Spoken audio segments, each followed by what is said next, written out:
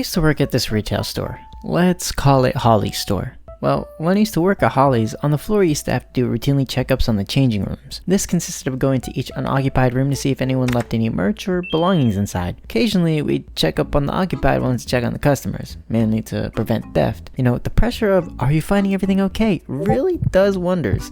During this evening, I was on the floor. Medium business, not super busy, but not slow. You know, a decent pace with a consistent flow. Those days were pretty nice since it was the right amount of work and slack off, so, you know, the time would pass and you wouldn't be exhausted after your shift. Now, I was on the floor folding in my section and occasionally sneaking glances on my phone when suddenly my manager comes up to me and asks if I can do a quick checkup on the changing rooms. I complied and grabbed the keys.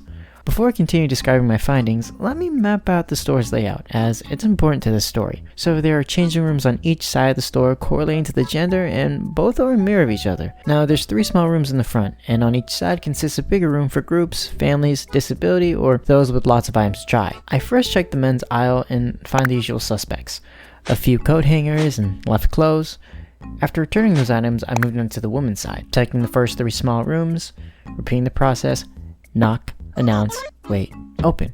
Again, knock, announce, wait, open, and then one more time. Nothing. No hangers, no clothes, less work, I thought to myself. Then I checked the big rooms. The one on the right, nothing.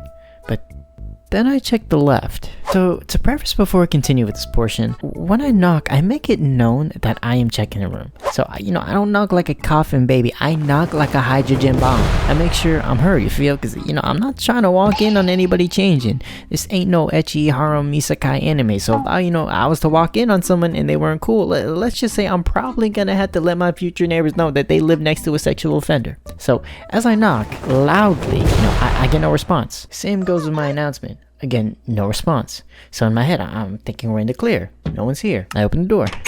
Now, before I describe the scene, I will note that this individual is clothed, and this happens within a fraction of a second. The first thing I see, a child, on the floor against the wall facing directly towards me. Our eyes meet, and her expression contains a glimmer of surprise, but also a numbness to it. And I think it's because of the shock of me opening the door while our parent is changing, but due to how big the room is, I can only see so much. Let me describe it. When you open the door, your FOV is limited. Here's what it looked like for me. So I could only see the wall, a small pile of clothes, and the child. There's a whole 50 to 60% that I could not view, luckily. Embarrassed and flustered from my mistake, I apologized while closing the door and left so fast. My movements mimic that one dude on TikTok who's known for moving objects with God speed. While I'm heading back to return the key, I'm praying that, they were cool and understanding of my blunder. I didn't see anything and it was an honest accident. Returning to my section, trying to distract myself from the events that occurred. About half an hour later, it's my manager's turn to do the dressing room checks. And since a substantial amount of time passes, I'm guessing they were understanding of my fib. And before I can enjoy that relief, that's when I heard screams echoing from the changing rooms. Checking on the commotion, I recognize that it's coming from that same room, and as I peer at the door, I see my manager screaming at a pile of clothes. My first thought was why until I started to render the rest of the scene, and as the room loaded,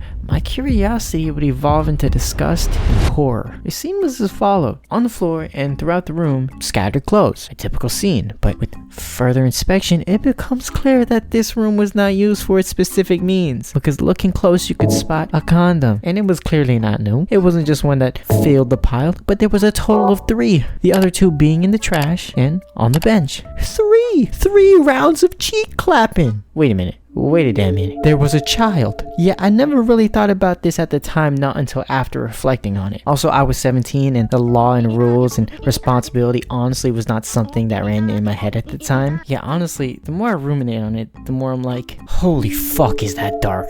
Yeah.